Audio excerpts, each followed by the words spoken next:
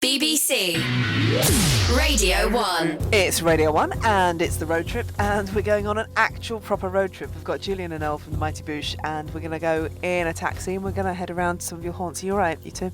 Yeah, fine. Come with us now on a journey through time and space. To the world of the Mighty Boosh. Cheers. That's a nice engine. Vroom vroom. Right, so we're in our black cab with Peter the driver and Peter. yeah. I love Peter. Okay. I So love his work.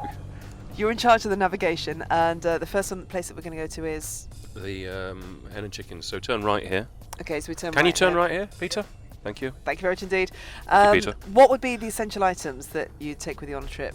Some kind of flask and probably. Sweets. What kind of sweets? Haribo fantasy mix, obviously. I'd have The a best sweets. Top trumps, obviously. corduroy bivouac. You've got top tent. trumps with you. You've actually brought some along with you now, and these are Mighty Boosh ones. So we can Okay. go, if we go round the roundabout now to the right. We go to the right, Pete. Thank And we're just you. going to pass the hen and chickens. There it is. There's the pub. See? Okay. That's where we did it all. Above there, that Where- room up there. It's seated that- 58. That little room up there is where we got changed. Oh wow. And, we used to sit in the cafe opposite and write what we were going to do that day, didn't we? And then about 4 o'clock, June would start making sound cues, and I'd start building props. And by 8 o'clock, we were always still doing that, panicking. Had no rehearsal. It was absolutely terrifying. You got the cards with you. Pick a card and let me pick a card. Ah, the Crack Fox. Right, where did the Crack Fox come from?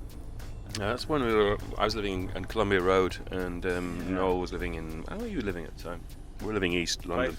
I was living in Hackney, Yeah. Columbia Road. So it's pretty rough around there, and where I lived opposite a big block of flats with all these sort of crack addicts we used to see going along the road with a lot of people, with puffer jackets and sort of quite skeletal and sort of skittering around in the half light.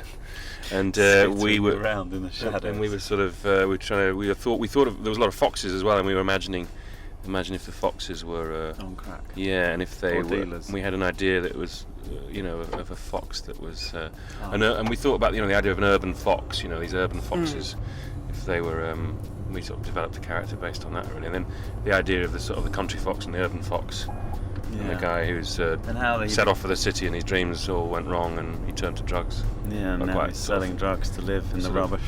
Sort of horrifying fairy tale, I suppose.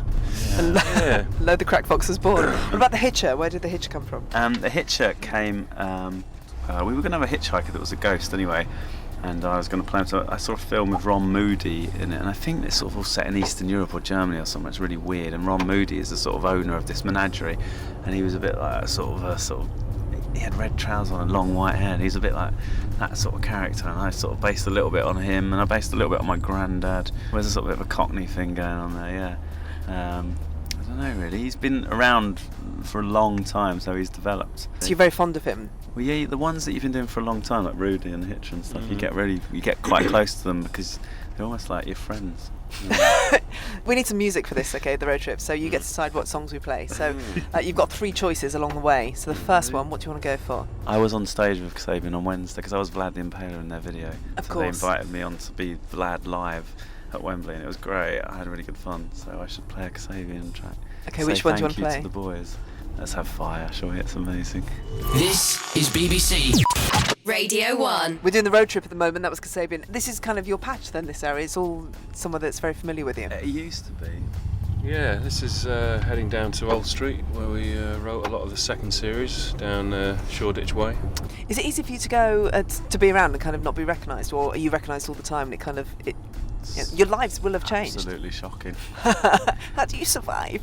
People often say to me, where's Noel? Whenever I'm just out in the street, where's Noel? Huh? Where's Noel? I was in a cab the other day with a guy, and with Noel, and we're talking. Then Noel got out, and the guy turned around and went, "Is that guy off TV? Is it?" I went, "Yeah." And he went, "Are you his agent?" Oh no.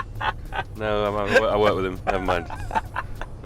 Later on in the Mighty Boosh series, Howard and Vince actually lived together. Have you ever lived together? Have you ever shared a flat at all? Yeah, we Edinburgh, shared yeah. flats. Yeah, in Edinburgh, we always did. We always lived together there. With people like Lee Mack yeah. and and which is pretty funny. Yeah, Yeah. it's quite hilarious, Edinburgh, because like there was Simon Day. Catherine Tate was in Lee Mack's show, and we had Simon Day and Lee Mack. All these people, you all hang out together, and it's like you're never going to meet a more ridiculous Bunch of people. ever. It's like One Flew Over the Cuckoo's Nest.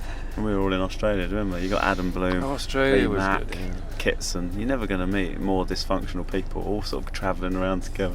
So I remember once we went surfing in Melbourne on the beach that Home and Away was filmed on, and everyone got swept out to sea. There's a sort of lifeguard. I there got going, rescued You by absolute idiots. I got rescued by a sort of lifeguard. A really I had to handsome swim out. lifeguard. It's quite embarrassing, yeah. Because I was on that thing where I was so British that I didn't want to sort of go, excuse me, I think I might be drowning. So I was going, I was thinking, should I start waving? Oh God, I can't, it's embarrassing. Then I thought, I might die. Okay. And then I sort of waved, and then this great, I was trying to get back in, I was in a riptide, and this huge bloke just sort of swam out in about 3 seconds because he used the riptide to get out to me, you know, like it's like a He harnessed sort of the fast riptide. Yeah, that's what they do, innit? Like a kind of He elevator. strapped himself to the riptide. An escalator. You were fighting against it, he was going with it. Eventually, I was obviously. rescued and I fell in love, and married to that man now. And he gave you the kiss of life. He's even incredible. though it wasn't necessary. Incredible man. But Yeah. where we're coming up to, our studio was on Under the- Kingsland Road. under the bridge there. Dalston. And it was Studio 54, it was number 54. And it was our friends, they were using it, and there were sort of, there's a band in there, and there's a dog in there, there were sort of weird models wandering around on roller skates. It was a really weird The scene. dog band. Sort of odd There, wasn't scene, it? and we were in a little sort of corner making comedy, and it was quite cool, it was quite creative. There's lots of strange people coming in and out, and artists, and it was really good actually. It turned out to be quite a good space for us. We did our radio show there. Are you always observing people and kind of taking little bits of who you see, or basing your characters on specific people? We often do, yeah. There'll be people that sort of either amuse us or we're hanging out with who we like, or people keep doing impressions of, and then we'll mix that with a strange sort of beast character, and Give them a style of music, and that's it. yeah. Fox That's joke, and now everyone will be doing it. Vince Noir's based on all the children I've ever hung out with. how it's based on my dad. My dad, when you're getting ready to go on holiday, my dad on holiday. The episode. That's your dad, isn't My dad it? on holiday is very. Go on, what's sort of- that like? Well, he's just very sort of. Organised. Yeah, super organised. It's got all the itinerary mapped out, worked out, Flasks. flasks. The belt for his flasks. Everything. Okay, music. We need some more music. We both like white denim, so we could come together by having a white denim song, couldn't we? Yeah, I don't know what any of them are called. Anything. Any white denim. Okay, all right. This is White Denim then. BBC. Radio 1. It's Radio 1, we're doing the road trip at the moment. We're in a black cab. Do you ever get inspired by watching other TV? So if you see something like X Factor and then you've got characters like Jedward, do you kind of think, let's do a I twisted do version of like- those? They're like 13-year-olds. You know, when kids put on a play and they sort of try and... They're sort of so bad that they're quite entertaining. I actually, on Twitter, I said that I was drawing John Edward in an orange crayon, which I was, and everyone was absolutely appalled that I might actually like them. They were like, no, you can't, what, really? No! And they were furious with me. So now I've just had to keep it up. I course. really like them, they're amazing. People are like, What's with all these names? Jedward. Well, they're called John and Edward, so they get shortened to Jedward. But they're so ridiculously naive. One of them went, imagine being John, because he's only got one letter from his name in it, and I've got the rest of my name. And it's like, they're like 11-year-olds. They're so sweet. I quite like them. I like their hair. They've got big quiffs. Have you seen them? I don't know who they are. Not even entered your sphere, have they? X Factor, you don't ever not- have. no. I'm getting to know all the young pop stars Oh, yeah? because of being on the Buzzcocks. Okay, They come who- in and I have no idea. Like that guy from JLS. I've had Tinchy Stride. I've had all these people. We've had. Oh, you were Daffy cruel about from his End Up. height, I was cruel about his height. weren't you? I wasn't. Everybody else was. I come from a family of Ewoks. I love short people. No, a little bit. Everyone was caning him about his height, and then he put his hood on to sort of hide. And I said, if you're small, you probably shouldn't wear a hood. You look like a hobbit. And then I felt really bad, so I put my hood on, and then we had a bit of hood height love. Love small people. He gives as good as he gets. I think he's all right. You're doing it's the Future Sailors tour, isn't it? That's coming out on DVD. Yeah. Which is like lots of bizarre places that you've been out on tour. Where was the weirdest place? Buxton. Buxton was incredible. That was like Brigadoon.